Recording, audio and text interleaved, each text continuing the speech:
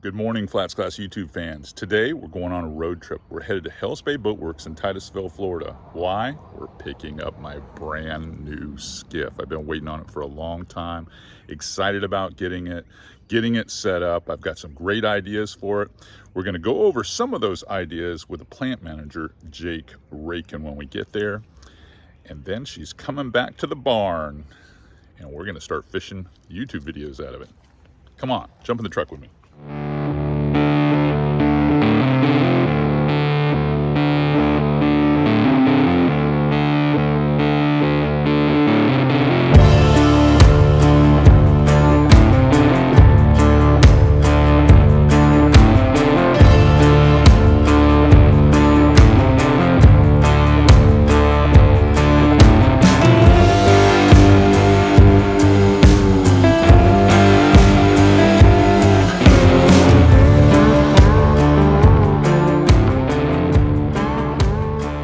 This episode of FlatsClass YouTube is brought to you by Aquatraction, your go-to solution for advanced marine flooring.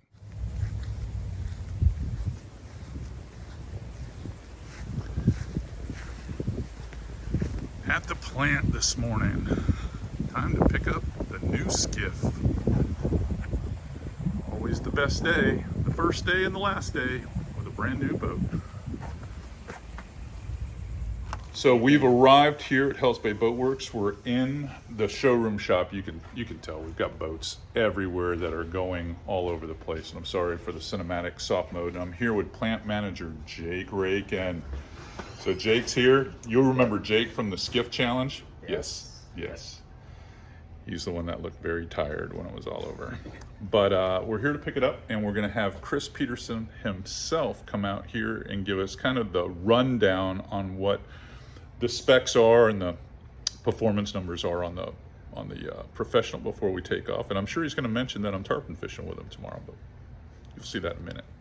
All right, we're here with Chris Peterson, the owner of this fine establishment here at Hells Bay Boat Works. We're in the showroom section of, and my particular skiff is sitting here, and it just got detailed and finished. The Marquesa has been a staple in my lineup, in my guide business and on the show for a long time, and I added the Eldora not too long ago, but now I've made the switch to the Hells Bay Professional.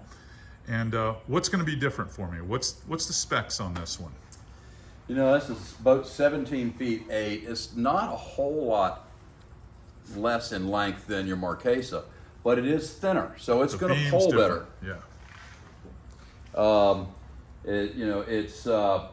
the biggest difference, CA, is it's got a 3-degree dead rise in the bottom, virtually flat, versus a 12, 13, 15 degree dead rise in the Marquesa. So it's better draft. It's going to draft you and one other angler. It's going to draft around 5 inches. Okay. The Marquesa, depending on what engine you have, it's going to draft anywhere from 8 to 10 inches. So, right. So it's a big difference there. Yeah, it's a big difference there, and with it being smaller, and it's going to be a lot easier actually to pull. It's going to pull nicely for you. Not that the Marquesa does not; it is just a bigger boat. Yeah. So, it's okay. But it's not going to take the waves nearly as good. Yeah, I know there's going to be an adjustment in sea. There'll be an adjustment, but most of my fishing now that I've made the move to the northwest coast of Florida, it's you're fishing shallower. I'm fishing shallower. I'm fishing more creeks now. I'm fishing more rivers. So right. The Marquesa is beneficial during tarpon season, but right. Other than that, this is going to be a better ride for me. Now, what you can do to mitigate the fact that you don't have a V hull in this is that the entry in the front's very sharp. Right. I see that. So if you get into some big sea, and if you just tab down just a little bit to get that nose in there, it will break the backs of a wave. And this boat will ride better than just about any other flat bottom flats boat. So it's going to be super shallow, but it will ride bigger seas when you drive it right, just a little bit better. Yep. And I had them move. You'll see this is unusual for someone like me, but we've got a power pucks on here.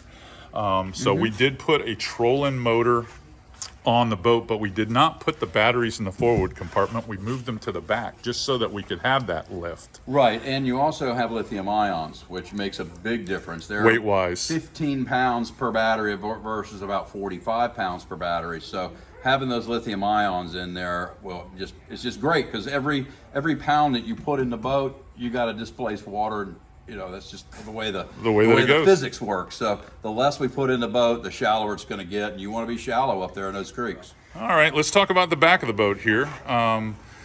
Your professional here, this is probably the #1 motor that is, I guess, considered when we do this. A lot of 70 Yamahas go on these things. Yeah, and you put a couple of Mercs on them too. I know. We do, and those 60 Mercs are getting more fanfare now. Getting more and more popular, and quite frankly, that 60 Merc is a hot 60. But if you were to drag race these two boats exactly, I'll pull this off and do times on them.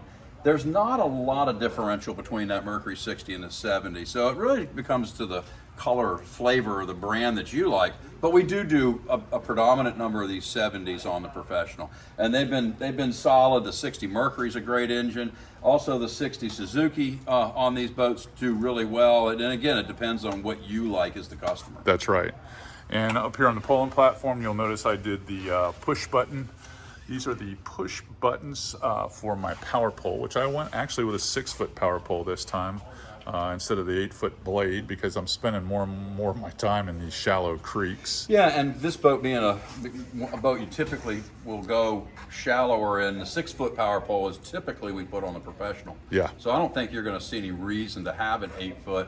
Plus on a polling tower, even though yours is a little higher because you have a jack plate, often they're even. They're dead even with it. The yeah. 8-footer sometimes gets in the way of you polling. That's right. That's why we do a lot of 6-footers on here. A lot of 6-footers on that, and then the helm itself is a lot like the helm that I'm accustomed to on the Marquesa. You see, we put the Raymarine Pro Axiom on there, which is a hybrid touch. I like it where it has both the dials and the you've got the side touchscreen. scan on here. I did notice you've got the big transducer. I did, and I do that just because of tarpon season. That's when I use it a lot, and I've been fishing a lot of rivers here lately. So in the river fishing, it's pretty nice. I like the way they went with the nice subtle sky blue logos to match this blue deck. What do we call this? Is this on the inside? Yeah, we reversed on the inside with the pretty white.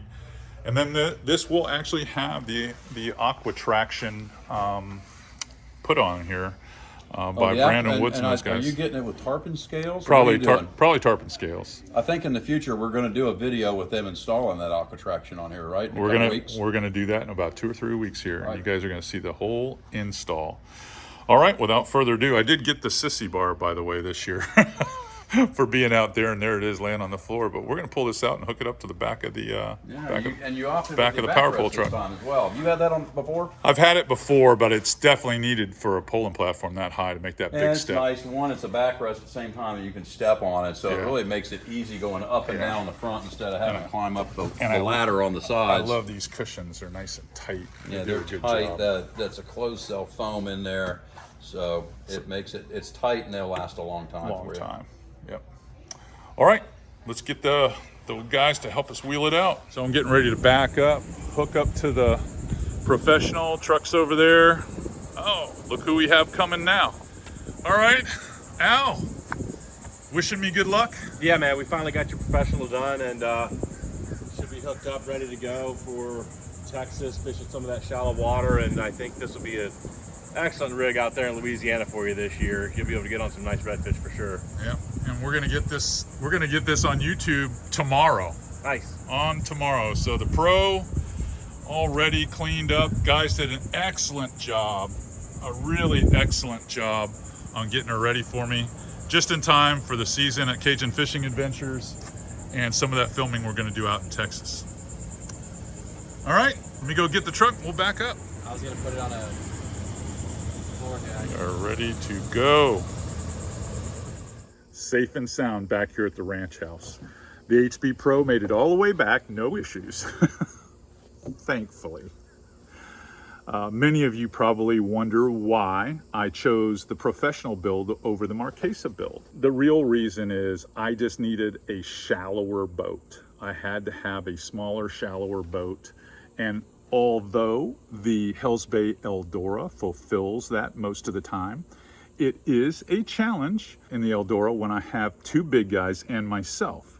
This boat is perfect. I'm still going to be able to float in 5 and 6 inches of water. I'm still going to be able to achieve, you know, close to 40 miles an hour, if not more. I just wanted something different, guys. Just something a little bit different. I'm excited about pushing this boat to its limits because we have some nearshore grouper fishing here, which I think I can still accomplish out of this like I do the Marquesa. The only thing that might be a little bit sketchy for me are those super long runs that I make in Louisiana, where I'm real comfortable in the Marquesa when the wind blows up and the storms get crazy like they're about to get here.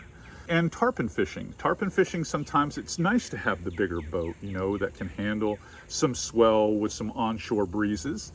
But I have many of my contemporaries, such as Captain Nick Angelo and Captain Brian Chamberlain, that have been doing very well for years and years and years fishing Hells Bay professionals. So my shot at getting it done. I'm excited about the Aqua Traction guys going to come over to the plant in a couple of weeks, and then we'll do another video on how I'm going to redeck this whole thing with the Aqua Traction marine flooring. As you can see, I got a sissy bar on this one. I did. I chickened out. I wanted to get something, give myself a little bit more stability and sea, especially that this boat's a little bit different than the Marquesa. But it basically is just a mini Marquesa. It's going to do everything I want it to do. I ended up putting a trolling motor on this because of my relationship with Power Pucks, and I'm waiting for a future trolling motor to get into my hands. And those of you that know, you know what I'm talking about. I did get a 24 volt lithium battery, one package. It's from Liquid, I believe it's Skinny Water Liquid Marine. I got their battery, their lithium battery, so it saved weight. I put the batteries in the back, so I have most of my weight in the back of the boat, so that I have some good bow lift. So the only thing forward is the fuel tank itself and whatever casting stand I put up there, which I got a carbon fiber one from Carbon Marine Outdoors. Joe Wellburn was very, very good to me and outfitted me with that, so I can't wait to have that on the front. So I'll show you the progression and I'll give you my honest opinion on how the boat performs, comparatively speaking, to the Marquesa as we move along. If you like what you see here on FlatsClass YouTube, and I hope you do, give us the thumbs up and push that subscribe button. I want to make each and every one of you not only FlatsClass fans, but fans of some of these products that we talk about. And we put everything here. We put the podcasts here. We put the television episodes here. We put lots of fishing tips here, and even cool little, you know, field trips like we went over there and saw Jake and Al and Chris today, and I got them all involved in this YouTube video. All right, I'm going to start taking some of my gear out of the old boat and put it in this boat. Can't wait to get started.